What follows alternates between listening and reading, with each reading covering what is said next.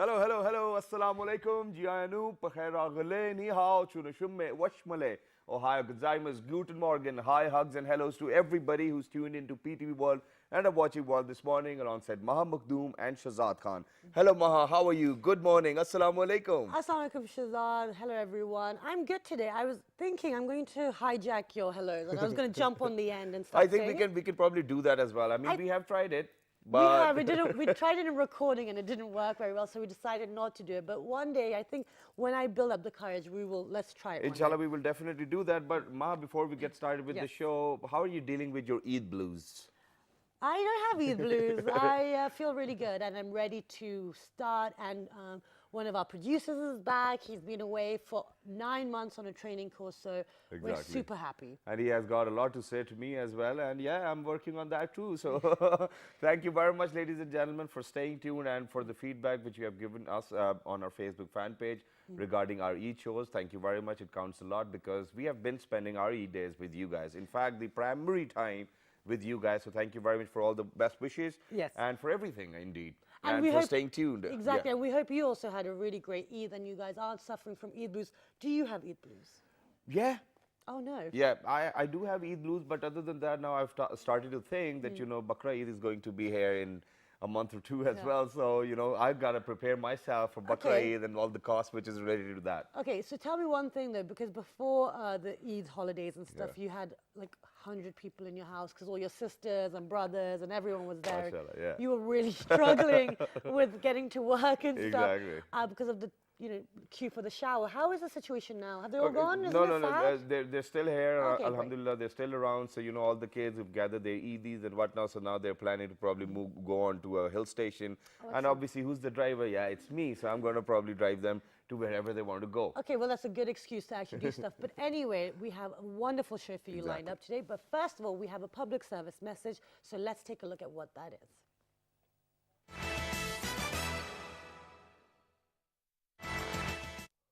All right, ladies and gentlemen, so the public service message is very in line with the topic we have picked up on today since we are talking about drug abuse.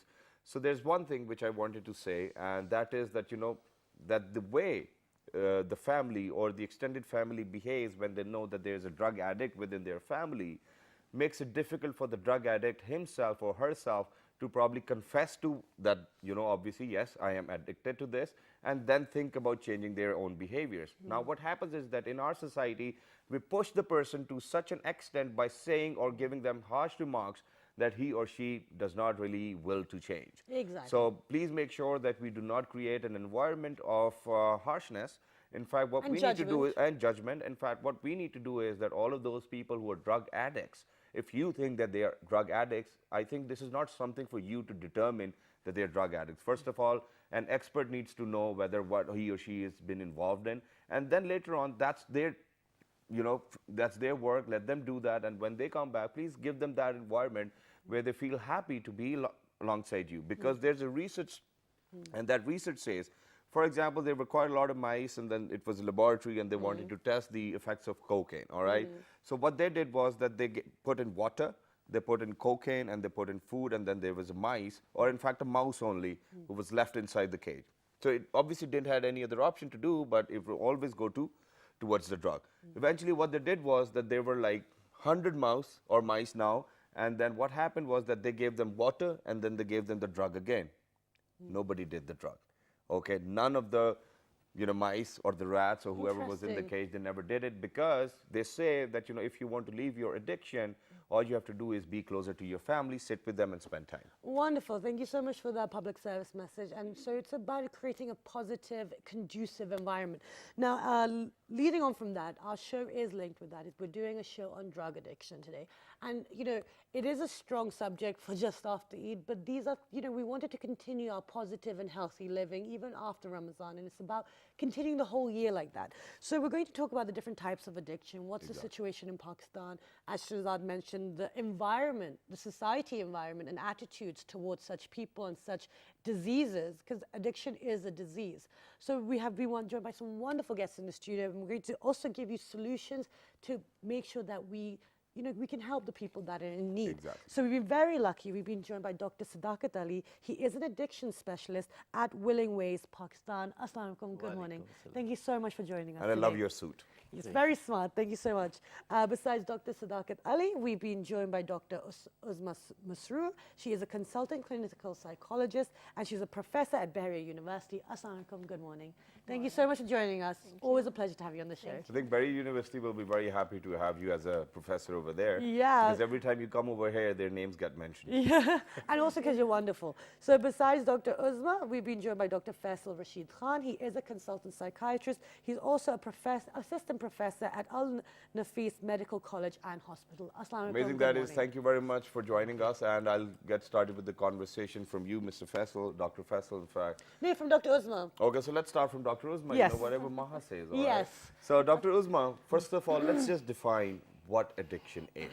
Yes. Addiction basically is a behavior that is regarding some drug or some substance when somebody is used to, is quite used to taking it to that frequency, to that extent that it becomes difficult for him to leave that. And it definitely interferes with with the functioning of the person as well. He is no more able to continue with his regular activities of the day, and the body is also very dependent upon that drug.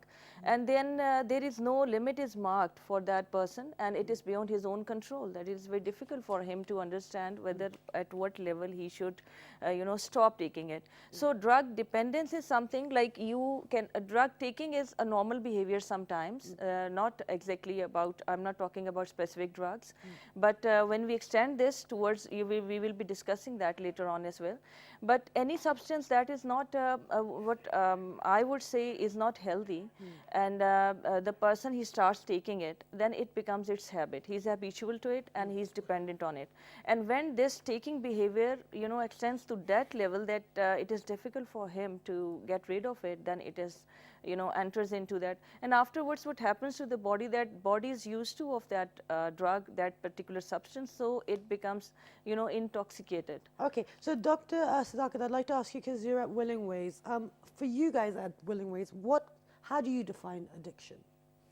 Addiction is basically an excessive behavior as well as use of some substance sometimes which is out of control, and there are negative consequences which the person cannot look at because all of us live on the other side of our eyeballs and we cannot look at our own behavior.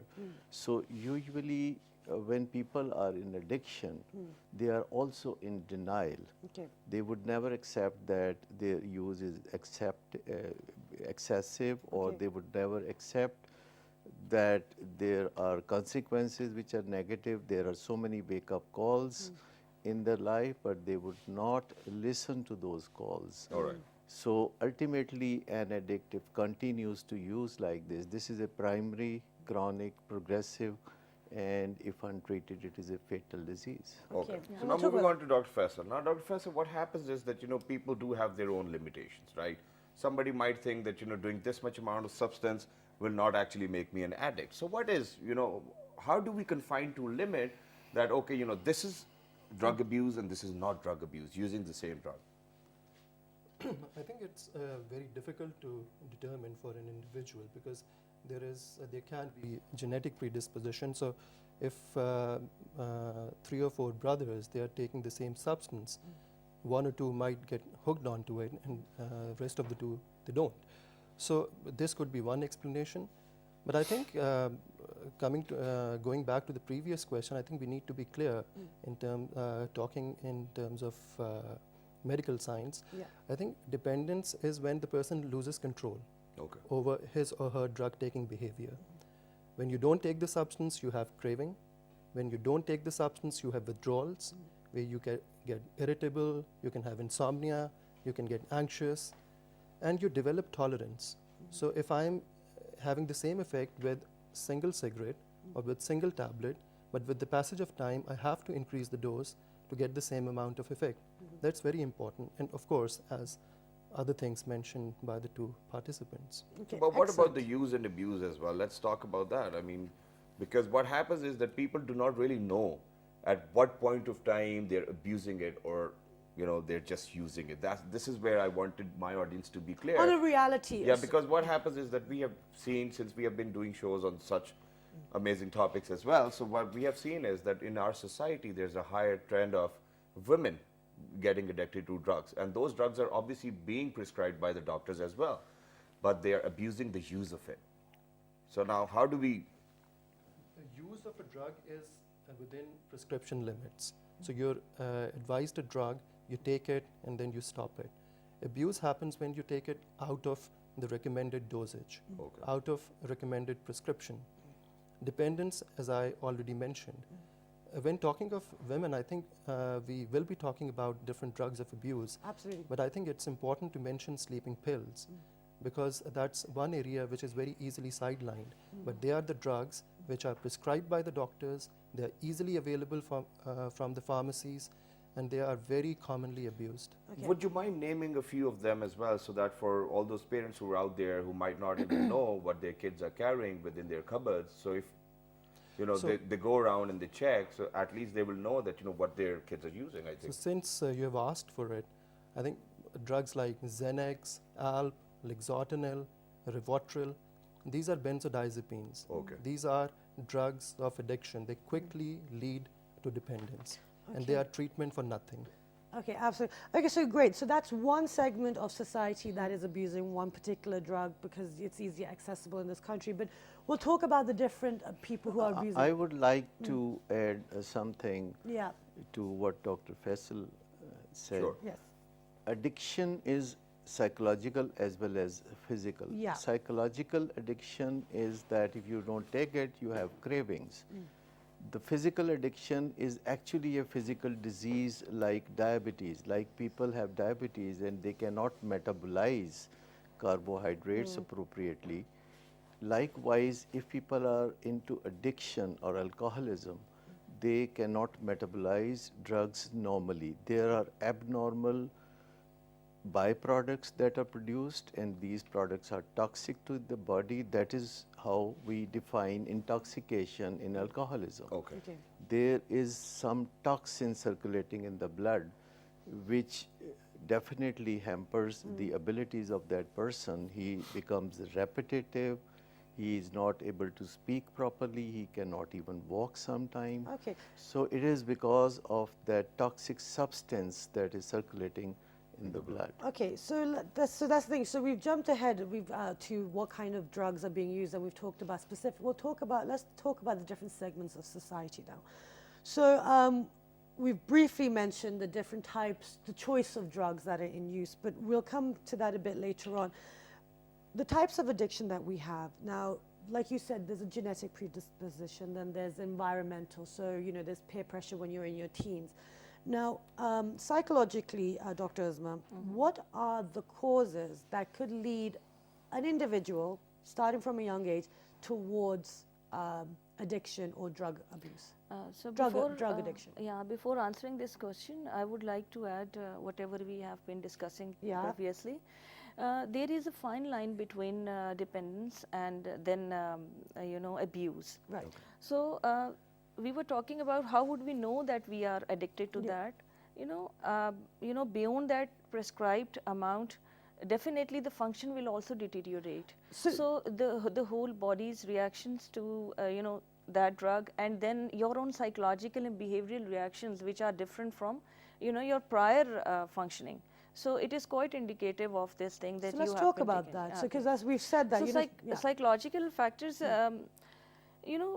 this behavior is more common in adolescents. Of course, other would also support this, that at any age this behavior starts, but I would say adolescent age is more prone to more vulnerable stage of an adolescent when he is unable to differentiate between right and wrong. Okay. So once he gets into the company where the people who are already taking it, so he can easily indulge into this, and and later on this it becomes social issue, then it family issue, then social issue. So slowly and gradually, it is very difficult for him to get out of it. Okay, now, so that's fine, but you know, so one aspect, one factor that could push an adolescence is the company that you keep. Yeah. So if other kids are doing it.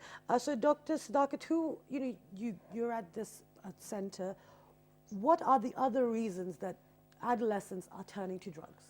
Actually, normally people think that there are genetic tendencies because of which people use drugs, but there are no such genetic tendencies because of which people use drugs. There are genetic tendencies because of which people become addicted to drugs. Yes, It okay. is The addiction aspect, the that's genetic. physiology that is converted into pathology.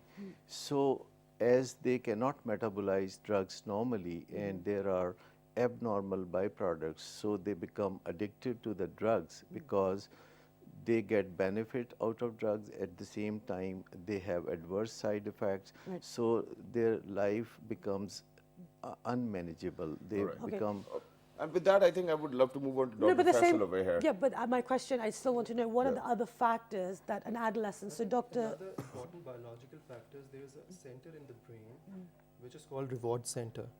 So there's a chemical called. Can you please speak a bit louder because you're sitting a bit far away. Yeah, it's Okay. getting difficult to hear. So there's a center in the brain which is called the reward center. Okay. So it releases a chemical called dopamine. So whenever we are really happy, we are joyous, it gets released.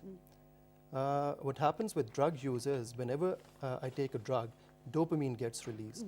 And it's such a reinforcer, it's such pleasurable that I want to take the drug again. Right. And that's why people take it once, they want to take it again and again. Okay. What about those happy things which our brain excretes? What, That's dopamine. Dopamine. So you just said, yeah, dopamine. Okay, so this is Dopamine- what stimulates our brain. So when Pakistan beat Sri Lanka, dopamine got released And all everyone was over very happy. Pakistan. Yeah, but okay, then So what it is- happens when excessive dopamine gets released just because of the fact that the guys or the girls are abusing it? So the person can go into psychosis, where the person can hallucinate, that is hearing voices.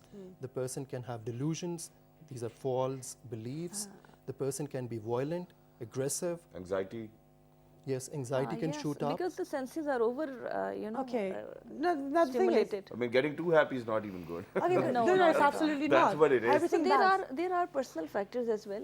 I was talking about the age level. Yeah. And I will also talk about the personality of a person. So this is what exactly what I Because wanted to know. exactly- No, but before you move on to, very sorry for that. The only thing which I wanted to ask Dr. Faisal was because earlier when we were conversing, you said that there is a genetic tendency to do that, right? To addiction. But to what Dr. Sadakat Saab said, I totally agree to No, that. people use drugs because there are other people around who are using drugs. Yeah, The fine. major reason to start using drugs is that you see other people doing that. Okay. But there are Availability. people who have genetic tendencies who actually later on cannot use drugs in a proper manner because their infrastructure in the body is not compatible with Exactly. that. So Got enough. basically, so Dr. Fest and Dr. Sadakat are saying that there is a genetic predisposition to addiction, not to actually choosing to use a drug. Yeah. That is your Yeah. individual choice. Sorry, guys. That's your own choice. And I But think to start doing drugs, there is one reason that people start using drugs because they have not adequate human skills. Human skills This are is what I'm trying same to get, as you call executive skills. Exactly. So organizational skills, time management, stress Yeah. management, and looking at your own behavior, Self-worth, all these finding psychological. creative solutions when you need them. So when people lack these basic human skills, because parents do not let them learn those skills, they are pampered children usually. So they are likely to use drugs if they don't know how to manage their life on daily basis. Okay, and also, so Dr. Usma, yeah. the psychological, 'cause Exactly. this is what I wanted you to tell me I before. will second Dr. Sadakat Saab. This is all, personality traits, personality factors, and definitely human being is not all alone who constitutes its own personality, but it's all society, the family, the environment, everything contributes to that. And sometimes children, they are definitely not, put into a situation where they learn these skills, problem solving skills, stress management, and they are rather helped out, and they are not, forced into a situation where they need to manage their own stress. So for that purpose, we consider drug abuse as an avoidance behavior because they do not want to go back to their problems and to solve them, or they do not find anyone to support them, to help them out with them. So sometimes they do not find anything to solve their problems, and they find refuge into this behavior. So it is very easy for them just to take themselves aside and just indulge Yeah, and into just the shut down the behavior. window and not look at it. Exactly. I think that's what it is. But, Exactly. I think since we are here to raise awareness as well, can we just talk about the numbers, for example? Let's talk about the age of the children who are actually getting addicted to all sorts of drugs as well. And from which age to which age does it really vary as well? So we'll start with The, Dr. the number is alarmingly growing. Right now, there are about 7.6 million hardcore drug addicts in Pakistan. In There are- Pakistan? yes, there are many other who use drugs, but they are not still addicted to that.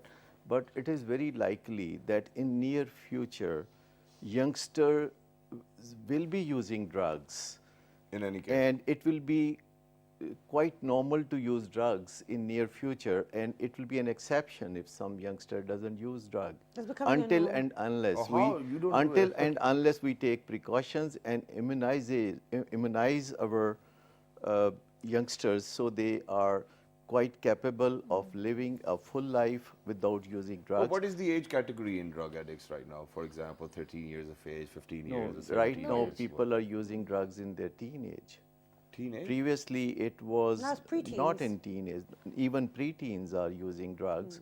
So the age is also falling down over the youngsters. So they are using drugs early on now. And as you use drugs early on, there are more chances of becoming addicted to drugs. Yes. Like previously, people used to use drugs after 40 Yeah. year of age, Right. but now it is very common. Even 11-year-olds, we did Yeah. a show on this just recently, and especially in private schools, the abuse of prescription drugs has increased. Okay. That's what we're reading. Okay, so now let me ask Dr. Faisal. You said that in the different types of addiction with different ages, it's different symptoms and signs and behaviors that we can. What are for preteens or teenagers, adolescents, what are the signs and symptoms that parents should be paying attention to? That maybe my child might be prone towards addiction, or they might be prone towards taking drugs? I think most important is the change in behavior. So Okay. if your child is either sleeping more or sleeping less, staying out for long periods, has gone into seclusion, or the child is exhibiting anger outbursts, tantrums, irritability, then, or if the child is hiding something. So I think these are the warning signs. Okay. So where the parents should get alert. Okay. Yeah. Okay, and, but and then they these are very out of famously- nowhere, Dr. like without any prior history, without any prior indication, some child starts showing this behavior that is quite abnormal, and it is very easily observed. Okay. So And I think very the parents correctly just know it mentioned. anyways that their kid is up to something or not. But But other because than of that, denial. there's a very famous saying where they say that smoking is a gateway to all the drugs out there as well. Do you think that that's correct? Yeah. That's also correct, but falling grades is a clear Exactly. indication. If Yeah. you look at the grades that start falling suddenly Exactly. with a previous history of good grades, Okay. if somebody has falling grades, Yeah. then you should look into the matter. Exactly. Okay. And- So you all agreed with that statement. Now the thing is, we know there's millions and millions of smokers out there, millions, but not all of them are drug addicts or into drugs or even have touched drugs. So Dr. Faisal, so is that where that genetic predisposition comes in? Is it a gateway? Cigarettes smoking Sorry, is let me itself a drug. let me ask Dr. Faisal, and then we'll come to I'll come to you. Sorry. You see, it's not that simple. I think we need to have a holistic view of things. Right. I talked, one aspect is biological, then we can also have psychological and social aspects too. Yes. So if, psychologically speaking, if I have poor stress coping, I have not developed Yes, social skills to deal with stress, then drugs can be one way, unhealthy way of dealing with that stress. Exactly, And yeah. it's kind of an escape from my responsibilities, from pressures. Then social factors. If the drug is easily available, it's cheap, it's the friends are using, so then you see I'm predisposed or I'm at risk of going towards drug taking behavior. And once I start using it, maybe I start with cigarettes. Okay. So then if my stress goes on increasing and I don't develop adequate skills, then I might be introduced to cannabis, Okay. then to heroin, and it goes on. Okay. Yeah. Dr. Sadaka, do you want to add? That's how we underestimate tobacco smoking a lot. Yeah. It is a real drug. It is a very strong drug, and it is equally difficult to quit smoking compared with heroin addiction. So when we start taking smoking cigarettes for granted that this is something which is Socially acceptable. acceptable, yeah. So any time after smoking cigarettes, you can be introduced to another drug and you will welcome it. And other drug which is very common and is not considered a drug is alcohol. Yeah. Even in Pakistan, there are about 1 million alcoholics, which means there are about 10 million people who consume alcohol on regular basis. So that is also a gateway drug. Once you start consuming alcohol, there will be another day, then you would start consuming cocaine, which is now in epidemic proportions in Lahore, Karachi, Islamabad, and Faisalabad, and in other big cities of Pakistan. So that is also a real threat. Previously, cocaine was not available in Pakistan, but now cocaine is in fashion. So there are all-night parties where people consume alcohol first, then they start using cocaine to get rid of that intoxication that follows. To get rid of an intoxication, they're getting intoxicated with another Okay. drug. Wow. Yeah, this is so all they're about the confusing themselves. replacement, Sorry, Dr. the Azman, reward yes. system Dr. Faisal was talking about. Like if you want to take one thing out, then you have to add something else, more That's where I rewarding was into coming. the system. Now, with all of these addicts or with all of those people who consume all of these substances, they have this psychology where they want an alternative to Yeah, exactly. stop or Very refrain right, themselves very from right. doing which they were doing earlier as well. Now, how do we get rid of that first of all? And we need to move on towards solutions because Yeah. we do not really have much of time. Then I want to ask Dr. Azma first this question, like Shazad said, that now the thing is, we laugh when we say, okay, to get rid of one, we're doing another. Yeah. But that's not funny because this Exactly. person is struggling to get better. And Exactly. you need to replace Exactly. a habit, right? So what do we do? You know, behaviorally, I will definitely, my guests, they will be talking about the, physical replacement of the drug, definitely. But I'll be talking about the behavioral. Since we were talking about the reward center of the brain, so reward could be of any form, like watching a match as well. So distracting a person, from regular activities into more interactive, more, I think, interesting activities which are more appealing to the person could be one of the solutions. You can take the person away from the, typical environment and you can, spend some days somewhere else, or you can enlist certain activities which he would like to indulge into. So I think distracting him would be very helpful in such case. Okay. Now in Brazil, I'm sorry, but I think I need to share this very interesting example. So in Brazil, they knew that cocaine is an epidemic now, and everybody's using it, and it's dangerous for health and whatnot. So what they've done is that they serve you with something which is an alternative, but it's a very amazing alternative, that they serve you with some chocolate powder. So what you can do is that you can sniff it and it's going to give you that dopamine hit or Exactly. whatnot. So This they is- found this an is the alternative to point. that, Yeah. and people are getting hooked to that again. So then even consuming chocolate powder so much cannot be healthy, right? Anything in excess is not good for you. But Yeah. well, let's start with Dr. Faisal. What do you think of replacement of? Well, it depends. So this isn't the solutions and the treatment Yeah, area. it depends which drug you're talking about, because when you talk of heroin, opioids, yes, there are replacement therapies available, not in Pakistan, but yes, world over. But I think when we talk of treatment, I think most important thing is the assessment, Okay. where you assess the person for motivation. I think that's the most important thing. Okay. Because most of the times when people are brought to these health facilities, they are not motivated to quit. Yeah. They are detoxified, they go back to the community, and they restart the drug. Exactly. Exactly, because, So right. the first thing, Relapse. first thing is to assess for motivation Okay. in a non-judgmental manner, as we discussed before. Then comes the detox part, where you remove the substance from the body, and then the rehab part, where you avoid those triggers which took you towards the drug. Okay, how about you, Dr. Sadaka? What do you guys do? Is that how the cycle goes? Indoor treatment is now on the exit in most parts of the world. Now, indoor treatment is going to be obsolete in next 10 to 15 years, and most people will be treated as outdoor clients. All right.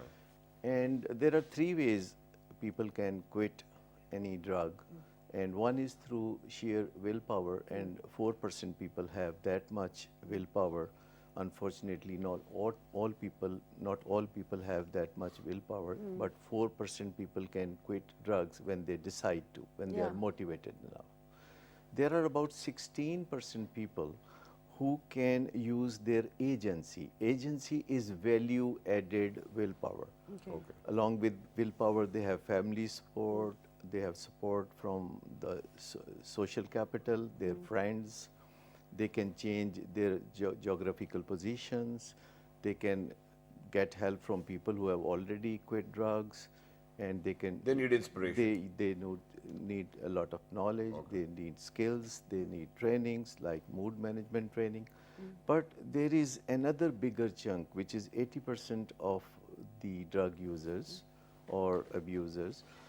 They need total transformation. They need the reconstruction of their life.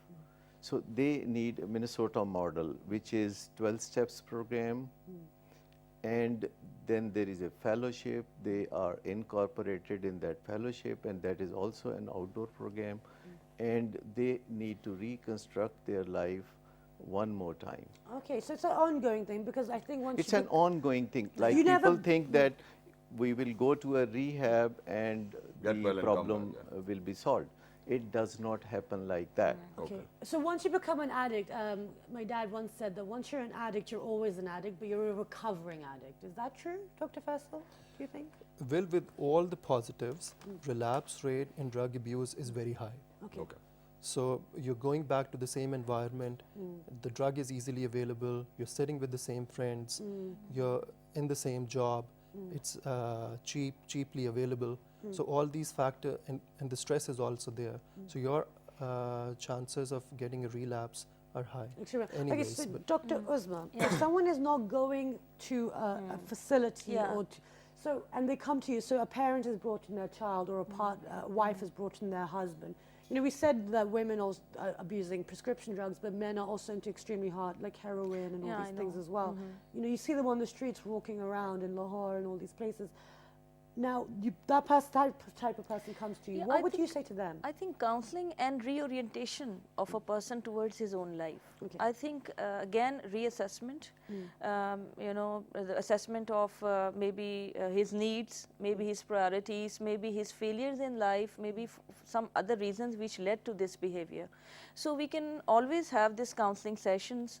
We can discuss with them what are their strengths, what are their weaknesses, what they need to cope up with, what are the healthy and unhealthy ways he is adopting for, you know, for the solution of those problems.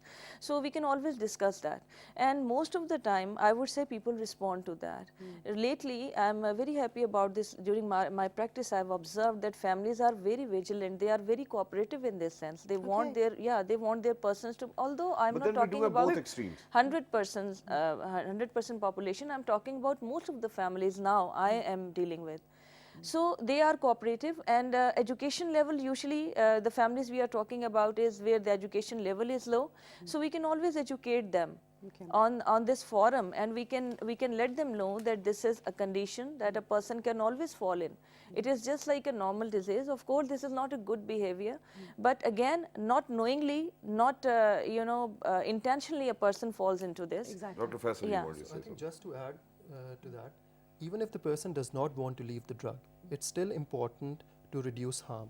So if the person is using IV drugs, that is injecting intravenously, so not sharing needles, using a sterile needle every And time. it's happening in different parts of the world as well. Yes, so healthy exactly. practices. But So other we than have that, to move- well, other than that, there's one more thing which I need to ask over here. Since we need to talk about solutions, and since we are moving towards solutions, the thing which I wanted to ask was that we do have both extremes, right? On the both ends, there are people, there are families who can be very supportive, then there are Yeah, people not who supportive. So then, you know, there are a type of people who go or move up to their parents and say, confess, okay. The next day, they're forcefully sent to a rehab center, and that's where they feel very disoriented, Again. they're distorted, Yeah, they're yeah, shambled. exactly. So how do you think that the families need to probably move on with I that. think this is the most frequently seen phenomena right now for me, because I have seen children, adolescents, adults, they want to quit with this all, but at the same time they do not want to be sent to some facility. So I think it should also be considered what is their understanding. If they are want to move towards their life, that they should be encouraged. I think on the part of the family, it could be educated, it could be counseled, and I think they should be provided education upon that. All right. And sometimes again I would say I'm very hopeful about that. Most of the families, if they are communicated properly, they respond to that. Okay, that's wonderful, and that's a really good question that you asked, and you've all dealt with these. You've all dealt with these families, and the question I'm going to pose to you. Yes, Yes, so you please. would- It Before I takes a ask this. family. Actually, it takes a family, and if family comes into counseling, they would learn a lot of Exactly. things, and they would inspire their loved one to get counseling too. But what we do is that we counsel the families, and ultimately families become counselor themselves, and they counsel their Okay. loved one, and that is how we start the process of change. And there is there are three kinds of interventions. One is process intervention, where daily interaction with the loved one is changed after counseling, and patient becomes motivated to get treatment. Okay. And I will have to stop you over here because we really need to rush for a For short short break. break. Ladies and gentlemen, don't go anywhere because the conversation is getting quite intense, and we are trying to get the most of the information which we can, which will be helpful for you too And as well. the final question I will have, because I've been trying to ask this for the last 20 minutes, Oh so my let's go for a short God. break.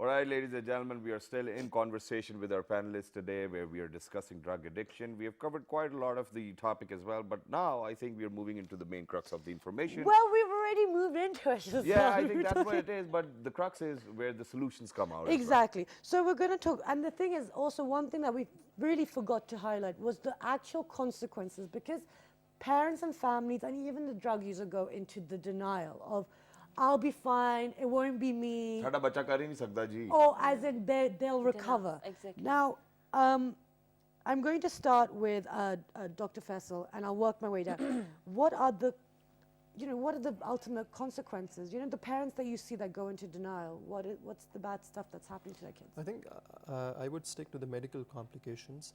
Yes, please go for that, and we'll use the social ones from the other two Yeah. panelists. So take for instance cannabis, which is commonly called chars, and it's considered that it's a safe drug as long as you're taking it in required amounts. It doesn't harm. But the thing is, it can. In the immediate terms, it can cause psychosis Okay. that we discussed earlier. Yes. In the long term, with the long-term use, it can cause a motivational syndrome where the person loses drive, initiative, your memory gets weak, your ability to concentrate goes away. And when we talk of sleeping pills, as we mentioned before, again, it increases your anxiety levels, it worsens your depression, it decreases your memory. And the opioids, the heroin, it can cause hordes of complications, Okay. medical complications like infections, hepatitis, tuberculosis, HIV/AIDS. Then you can develop skin infections, you can develop heart diseases, lung diseases.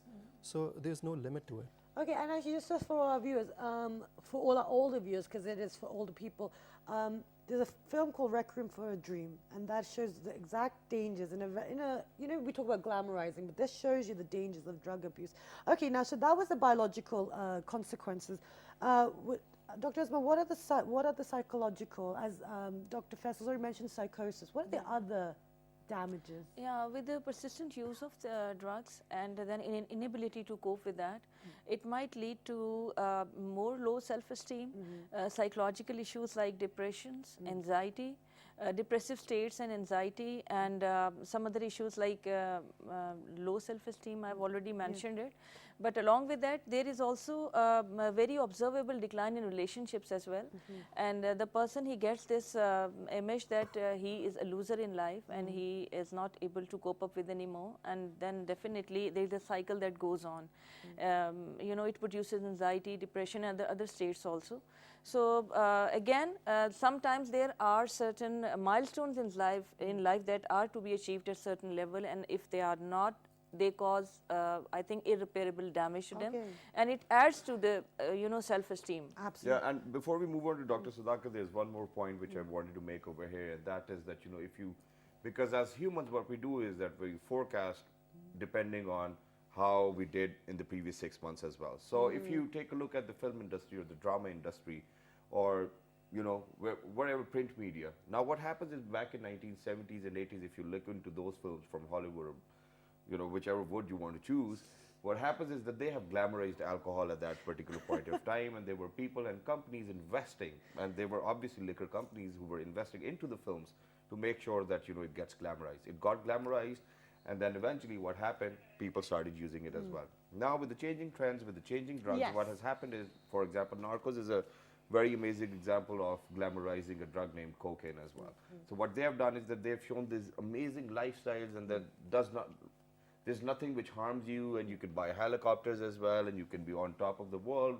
Wolf of Wall Street is an example of that as well, where they have made sure that people who are watching, because the cinema has an impact on your life. That's why we go to a cinema. It revolves around us, and it is very relative. So what happens is, please make sure that the content your kids are watching shouldn't be of that sort. Exactly. So what are the, you know, in the sentence, what is the worst case scenario that you see? In my opinion, harm doesn't come from drugs per se. Harm comes from the reaction of our body when the body is unable to consume drugs normally. Okay. There is some metabolic error, and body cannot metabolize drugs in the appropriate way, and there are toxins that are produced in the process. Those toxins cause the damage, because of toxins, a person cannot think clearly, he cannot make good decisions, he cannot fulfill his responsibilities, and he's focused on getting more and more drug, because whenever he uses drugs, he feels a little better, but then toxins are produced and he feels worse. And to feel better, he needs to consume more drug. So then there is a reaction from the family and the society that also causes a lot of damage, because family behaves in two manners. Family provokes the addict, and then family enables him because they feel guilty after provoking him. So they agree to what they disagree to begin with. So they become angry, they become depressed, they become shocked. They are also consumed. They become addicted to the family member who is addicted to the drugs. That is what we call as codependence. So that codependence is also an addiction that the family members also have unmanageability in their life. They are just focused on their drug addict. They don't know what to do, and then they are panicked and they start doing things which are I'm so glad you counterproductive. mentioned this, because this is one thing that we kind of, I think, maybe skimmed over during the conversation, is that yes, families are very supportive, as everyone has said, by the end of it, because they want their child to get better. But the thing is, there is this where you first provoke the addict and then you enable them. Exactly. Now, this, I think, is quite prevalent within our society, because our parents love us so much, and they're always parenting us until our 50s and 60s, if they're blessed with a long life. So they don't want to feel bad, and an addict is very good at manipulating the people around them and also destroying their lives. It's not just one person's life that's destroyed. Now, how do we, what are the solutions to this? Because as Shahzad said, we've been discussing the solutions. How do we resolve this aspect of it, where you have an enabling environment, but you also want to treat the person? What's the solution? Because I think the authorities need to play their role as well. I think Dr. Faisal? it is very essential and important and pivotal as well that we tell the authorities to play their role, because if everything's going to be easily accessible, I think it's just going to be going to a Sunday market, buying some fruits, coming back home, and it's as easy as that. I think very important. The family needs to be on board for the person to stop taking the drug, Right. and also for their rehabilitation. Some families, if they are expressing high expressed emotions, if they are hostile towards the person, if they are critical of the person, then that behavior needs to be addressed. The family itself is under a lot of stress, Yeah. so they need to seek counseling. They need to sit in support groups so that they also learn to deal with their stress, Okay. so that they are better able to cope with, help their relative. Okay, wonderful. Okay, and because we talked a lot about the psychological and the support from the families, but Dr. Faisal, sorry, another question, just medically, what are the solutions medically? Is there any medical treatment for drug addiction out there? Again, it depends which drug you're talking about. Okay. But yes, there are two ways of stopping. The person can stop the drug instantly, Okay. or then the person can stop the drug gradually. Right. But isn't there the physical danger of going to instant, especially if you've been in addiction for so long? Can't that also cause... For that, He you just need wants to. go on. Sorry, there's so many important questions. We don't want people Yeah. to put their kids in danger. Yeah, for that, you need to be in inpatient facility Okay. for that to happen. But yes, if you're talking of sleeping pills, there's a way to stopping them. Okay. So you go towards long-acting drugs, you stop them gradually over a period of 2 weeks, 1 month, 3 months, depending. Okay. That's And you how have to be do it. determined as well. Okay. Well, one last thing very quickly from Dr. Right, Siddharth, final and that is question. that, since you mentioned about this newer treatment, which is outdoors as well.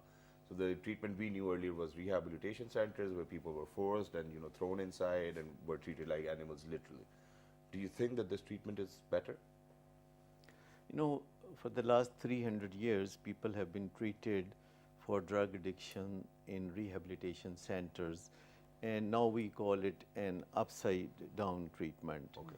As the patient goes to the rehab, he stays there for about 3 months, and family thinks that everything is now over and their troubles are over and they will be living happily thereafter. But as soon as the person comes home, the trouble starts again, and then they are disappointed, then they quit their efforts to help him also. And after 6 months, when he is again in a very bad shape, they will take him to another rehab. So going to a rehab is now going to be an out of fashion thing.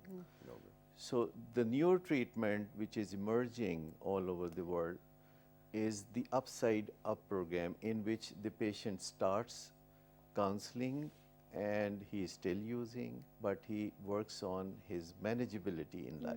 All right. So the manageability is one factor. If you work on the manageability, drug use is going to reduce. Okay. And he has to take interest in many other things, because addiction means that you are added to a drug. Addiction, Yes. the word addiction means that Totally you are got Yeah, it. added which to we did in something. the beginning. Okay, so Dr. Faisal, we're Yeah, very, very very short quickly. of time. I think, yes, very briefly, I think it's very important to treat the underlying mental illness also, because it's usually depression, anxiety. That's why people resort Absolutely. to drugs. So The once cause they of are- it. Yeah. So once So they are this in is what we rehab, discussed briefly. as Usually well. there is a dual disorder that Dr. As- Faisal is referring to, and it is very important to treat the underlying cause also. And again, as a very important solution is for the family. I think the family has this bonding that everyone should be observant towards every other member of the family.